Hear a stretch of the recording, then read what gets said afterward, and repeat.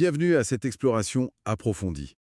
Aujourd'hui, on plonge dans un sujet assez fascinant, les 36 stratagèmes chinois, une sagesse ancestrale. Tout à fait, une sagesse stratégique qui vient de loin. Alors pour en parler, on s'appuie sur deux ouvrages principaux. D'abord, le livre des 36 stratagèmes de Moriah et Wilson, qui est très riche en exemples historiques, en récits. Oui, très concret. Et puis, les 36 stratégies pour atteindre vos objectifs commerciaux de Haro von Seigneur, qui, lui, essaye de faire le pont avec notre époque, le monde des affaires notamment. Exactement, il apporte une perspective plus moderne, plus appliquée peut-être. C'est ça.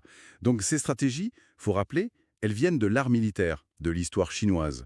On pense à la période des Trois Royaumes, des figures comme Sun Pin, Cao Cao. Des grands noms, oui, des contextes de conflits intenses. Et ça parle de tactique, de psychologie et oui, parfois de ruse. C'est un mot important ici. Et c'est là que ça devient, je trouve, particulièrement intéressant. Von Sandier montre bien comment ces idées nées dans des guerres sont aujourd'hui reprises, analysées Mhm. et même appliquées, par exemple, dans le business. Et il souligne aussi, et c'est crucial, que la perception de la ruse, elle varie beaucoup culturellement. Absolument.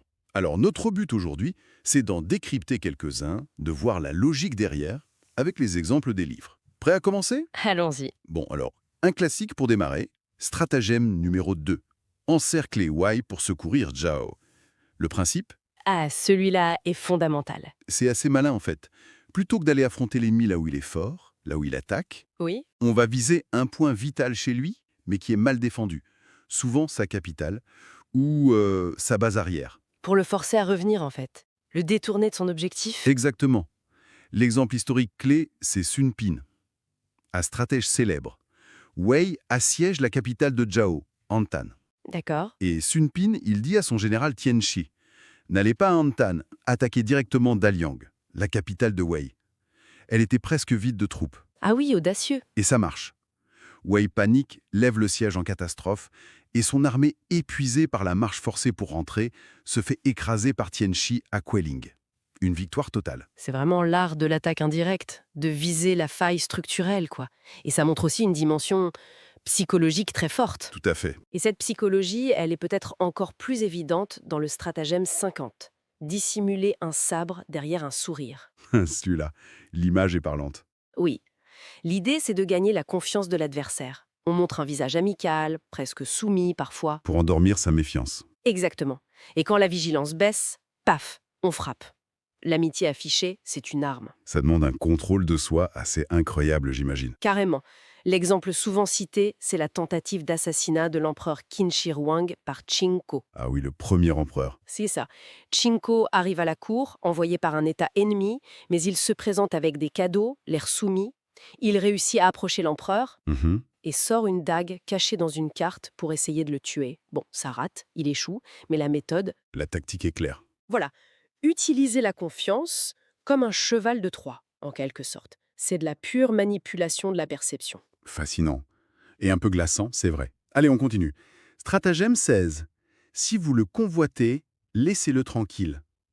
Alors ça semble paradoxal, non? Le laisser tranquille pour mieux le capturer. Oui, ça peut surprendre au premier abord, mais le principe est profond. Il ne faut jamais acculer complètement un ennemi. Pourquoi ça? Parce qu'un adversaire sans aucune issue, qui n'a plus rien à perdre, va se battre avec l'énergie du désespoir, la fameuse image du rat acculé qui mordra le chat. D'accord, il devient plus dangereux. Exactement. Sa résistance va être féroce et la victoire, si on l'obtient, sera beaucoup plus coûteuse. Donc l'idée, c'est de lui laisser une échappatoire, même si elle est illusoire parfois. Ça sape sa détermination. L'exemple donné dans les sources, c'est l'échec du général Wang Yi contre les rebelles de Cunyang. Oui, racontez. Eh bien, il assiège la ville et refuse toute reddition, toute possibilité de fuite. Il veut l'anéantissement total. Il les met dos au mur. Voilà. Résultat, les assiégés, sachant qu'ils vont mourir de toute façon, combattent comme des lions. Et, quand des renforts rebelles arrivent, l'armée de Wang Yi, épuisée et démoralisée par cette résistance acharnée, est prise entre deux feux et se fait détruire. C'est une erreur tactique classique, finalement.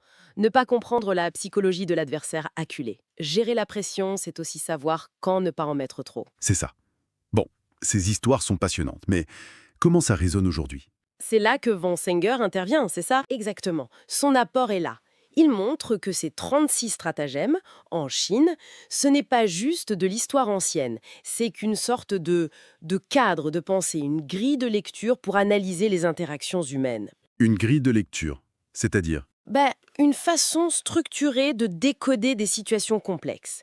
Il donne même l'exemple d'une analyse des stratégies de Cisco, l'entreprise américaine, vue à travers le prisme de ces stratagèmes. Ah oui, carrément. Et il insiste beaucoup sur un point. Tout n'est pas que tromperie ou manipulation. Il distingue des catégories. Beaucoup de stratagèmes relèvent plutôt de ce qu'il appelle la présence d'esprit, l'intelligence de situation, la manœuvre habile. Donc, c'est plus nuancé que l'image un peu machiavélique qu'on pourrait en avoir spontanément. Beaucoup plus. C'est une boîte à outils pour penser stratégiquement, plus qu'un manuel du parfait manipulateur. Et Fonsinger note aussi quelque chose d'intéressant sur la différence culturelle. Hmm, Il dit que la pensée managériale occidentale classique a parfois tendance à ignorer ou à voir négativement la ruse, alors qu'en Chine, elle est étudiée plus ouvertement comme une facette de l'intelligence situationnelle. d'accord.